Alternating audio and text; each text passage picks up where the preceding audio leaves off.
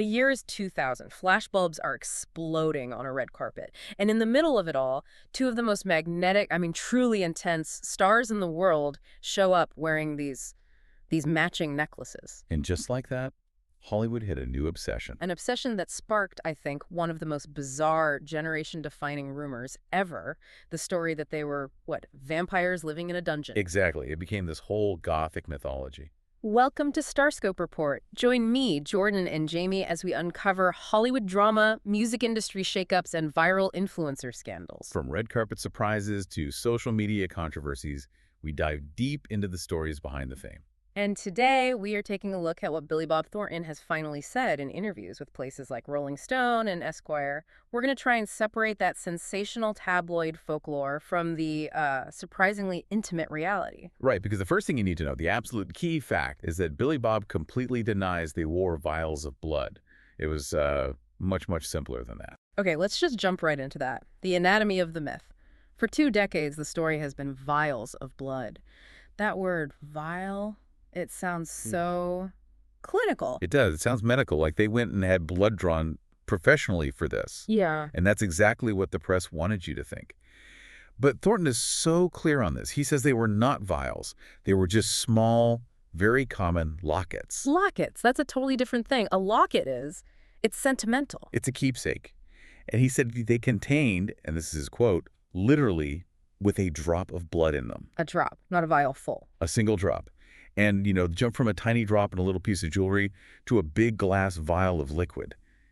It completely changes how you see the whole act. It takes it from maybe a bit weird but romantic to something out of a horror movie. For sure. And the whole idea, the origin of it, was actually pretty sweet, according to him. It came from them being apart, right? Yeah, intense separation anxiety. She was about to go film Tomb Raider, he was off doing Monsters Ball, and they were going to be on opposite sides of the world. So she just went out and bought a little kit to make these things. That's the story. It was just a way to feel close, to have a physical, a tangible piece of each other when they were thousands of miles apart. It wasn't some kind of dark ritual or a blood oath. No. And he even tries to normalize it. He compares it to putting a picture of your grandmother in a locket. Or like keeping a lock of your kid's baby hair. Exactly. He called it a romantic little idea. But, you have to admit, blood is a little more provocative than baby hair. Culturally, it just carries so much more weight. Oh, 100%. Yeah. And the tabloids, they did not care one bit about the sentimental intent. They saw the word blood, and that was it. The story was written. It just escalated immediately. Instantly. The drop became vials, then vials became buckets. Yeah. At one point, the rumor was that they were carrying around quart jars of blood. Quart jars? That's physically impossible. You couldn't even walk. Right. But it just shows you how the myth took over. The press needed it to sound gothic and unstable. They needed them to be vampires who drink each other's blood and live in a dungeon. And the thing is, that sensational story is way more powerful, so people just assumed the whole relationship ended in some huge dramatic explosion. Which is so far from the truth. The real reason they broke up had nothing to do with drama. It was actually kind of boring. And we'll get into that in a bit. So if you're loving these Hollywood twists, make sure you're subscribed. You don't want to miss the real story behind this breakup. But first, you have to understand just how intense this relationship was from the start. Right.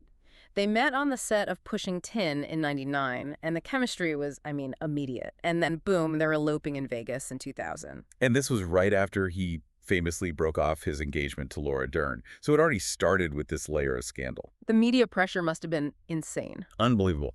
Thornton said anything they did, anything they said, even as a joke, just became these huge sound bites. Well, they definitely gave them some material. I'm thinking of that red carpet interview where they said they had...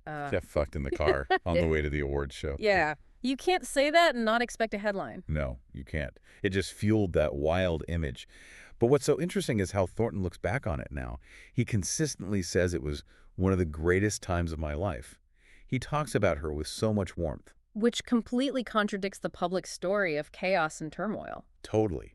The public was waiting for this huge, messy blow-up. But the divorce in 2003 was quiet, amicable.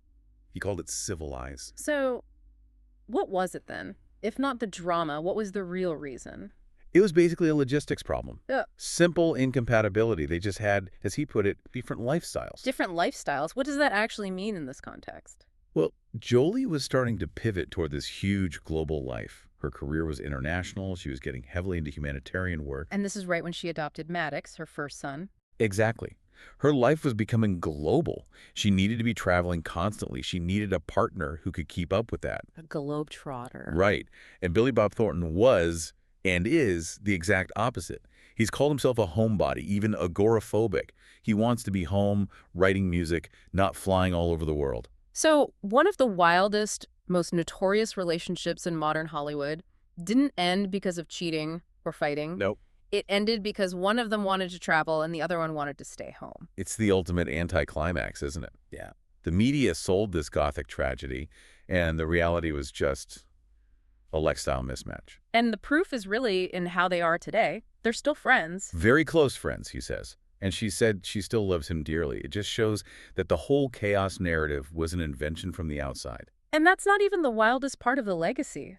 Later in the episode, we'll talk about the shocking twist and the modern couple who tried to copy them. Right, but let's talk about the legacy of that image first. The age gap, for one. Yeah, that's a big one. He was 45, she was about 25.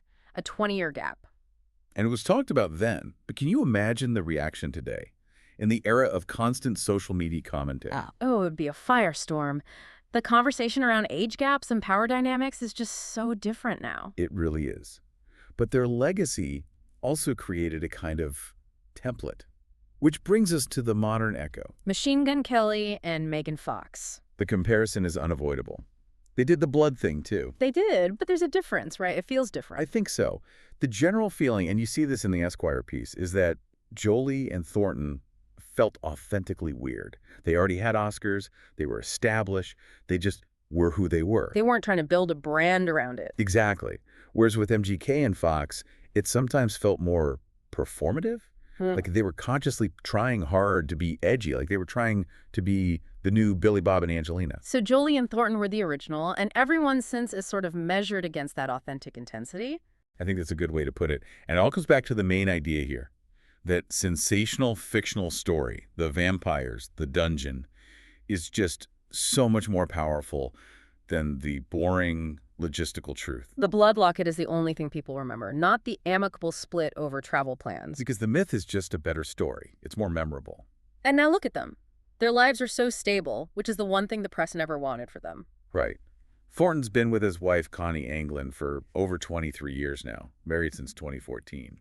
He has that quiet, home-based life he always wanted. And Jolie, after her divorce from Brad Pitt, is fully committed to her career, her kids, and that global humanitarian life she was just starting to build back then. They both got the life they wanted, just not with each other. Yeah. It's a reminder that celebrity news just freezes people in time at their most traumatic moment. It really is. Okay, so that brings me to a final thought. We know that exchanging blood as a symbol is an ancient practice. Oh yeah, it goes way back. Blood compacts, brotherhood rituals. It's all about creating a sacred, unbreakable bond. Right. It symbolizes unity, life force, binding two people together. There's a deep, meaningful history there. Absolutely. So my question is this.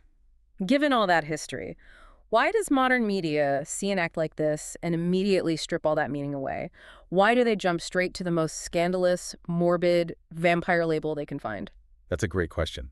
I think it's because the goal isn't to provide context. The goal is spectacle. A sensational fiction just sells better than a sincere historical truth. The public is often more interested in the myth, and the media is more than happy to provide it. You've been listening to Starscope Report, where Jordan and Jamie uncover the stories shaping Hollywood, music, and pop culture. Thanks for tuning in, and don't forget to subscribe for more stories that keep the stars shining.